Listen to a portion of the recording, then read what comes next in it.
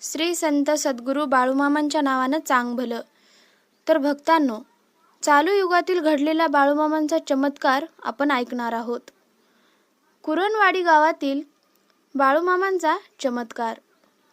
मंदिरात पुजारी पूजा करीत होता. त्याला बाळूमामा म्हणाले, मी डोंगरगाव येथील एक अनोख्या मुलाचे रूप घेऊन जन्माला येईल आणि जे लोक धर्माचा नाश करतात त्याचा मी नाश करीन. जी व्यक्ती माझा संदेश माझ्या नावाने 20 व्यक्तींना हा संदेश पाठवेल त्याची 20 दिवसात मनोकामना पूर्ण करीन. पण जी व्यक्ती आज वाचून उद्या पाठवू असे 25 दिवस जाऊ देईन त्याचे नुकसान होईल. इतके म्हणून बाळूमामा 38 पावले जाऊन अदृश्य झाले.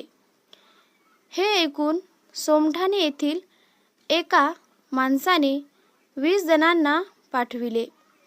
त्याला बोलेरो गाडी लागली. चापडगाव गावामधील दूधवाल्याला इनोवा गाडी लागली. सोनगाव येथील एका टमटमवाल्यानं 15 जणांना पाठविले.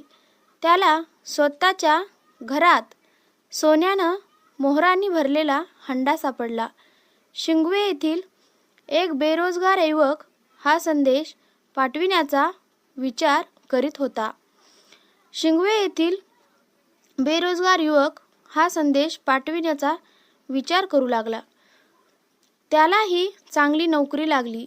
तेव्हा त्याने 10 जणांना पाठविले.